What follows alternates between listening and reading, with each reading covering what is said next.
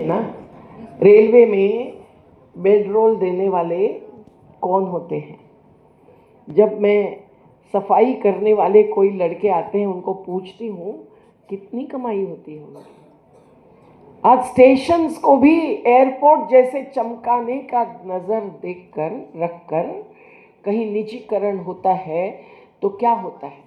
मुझे याद आता है लालू प्रसाद जी को कि जब उन्होंने कहा था कि मैं नहीं स्वीकारूंगा एशिया डेवलपमेंट बैंक से भी बड़ी रकम, क्योंकि वो अंतर्राष्ट्रीय साहूकारों से कर्जा लेते हैं, अपने को पता भी नहीं चलता कि उसका ब्याज हमारे भी सर पर बैठता है, लेकिन ये भी पता नहीं चलता कि उसके तहत कैसे देश के कानून बदलने की बात वो थोपते हैं। वैश्वीकरण के तहत उदारीकरण कहते हैं। अरे उदार किसके पक्ष में होना चाहिए? गरीबों के, दलितों के, आदिवासियों के, वंचितों के, पीड़ितों के, शोषितों के, कि जो बहुत बड़ी कमाई करते हैं, प्रॉफिट ओवर पीपल कहते हुए, मतलब इंसानों से भी सबसे बड़ी बात है लाभ कमाना। और आज केवल प्रॉफिट ओवर पीपल नहीं, प्रॉफिट ओवर नेचर, यानी प्रकृति के साथ भी कुछ भी हो पर हम लोग आगे बढ़ेंगे। अगर हमको जमीन छीननी है, हमको जल छीनना है, हमको नदियां बर्बाद करनी है, हमको पहाड़ को ध्वस्त करके कमाई करनी है, तो वो भी हमारा अधिकार है। ऐसे मानने वाले क्या उनके पक्ष में उदार होना है कि उनके पक्ष में अनुदार होना चाहिए? क्या सरदार पटेल की मूर्ति हम देखते हैं तो पटेल साहब ने संस्थानों को जब्त करके भारत में लिया था, पर आज ये नए नए संस्थान खड़े हैं जो अब्जाधीश हैं, जिनका कमाई कितनी है मैंने आपको कहा। नाम ही देखने हैं तो अ से शुरू करो तो आपको बहुत सारे अ से ही नाम मिलेंगे। लेकिन क्या उनकी कमाई से श्रमिकों को जो सही अपना योगदान देते हैं उनको मिलता है कोई हिस्सा? सही हिस्सा मिलता है? ये सोचना महिलाओं को ही जरूरी है। एक मराठी गीत है, मराठी कौन कौन समझता है? हाथ ऊंचा करो। वाह!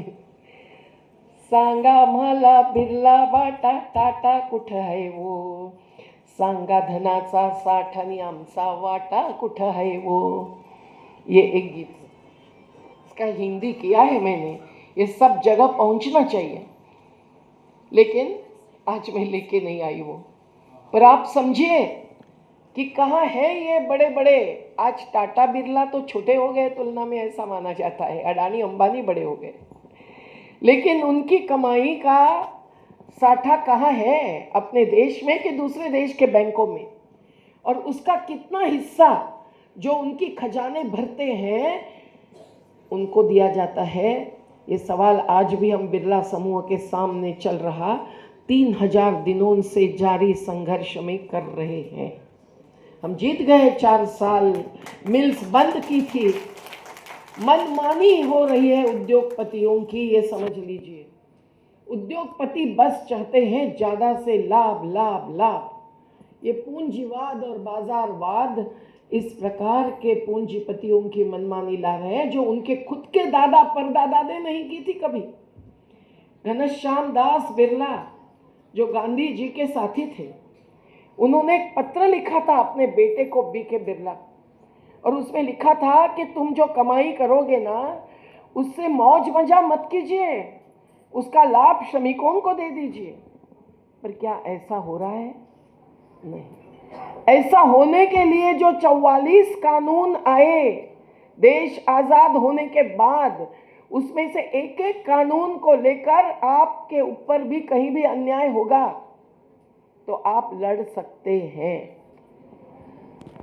लड़ाई केवल कोर्ट में नहीं होती, लड़ाई केवल विधानसभा और संसद में नहीं होती, लड़ाई रास्ते पर भी होती है। तो संसद बाह्य संघर्ष, जो भी अपना अधिकार है संविधान ने दिया हुआ वो जारी रखना और महिलाओं की अगुवाई में जारी रखना, ये सबसे महत्व की बात है। उसके बिना कभी भी बदलाव नहीं आता।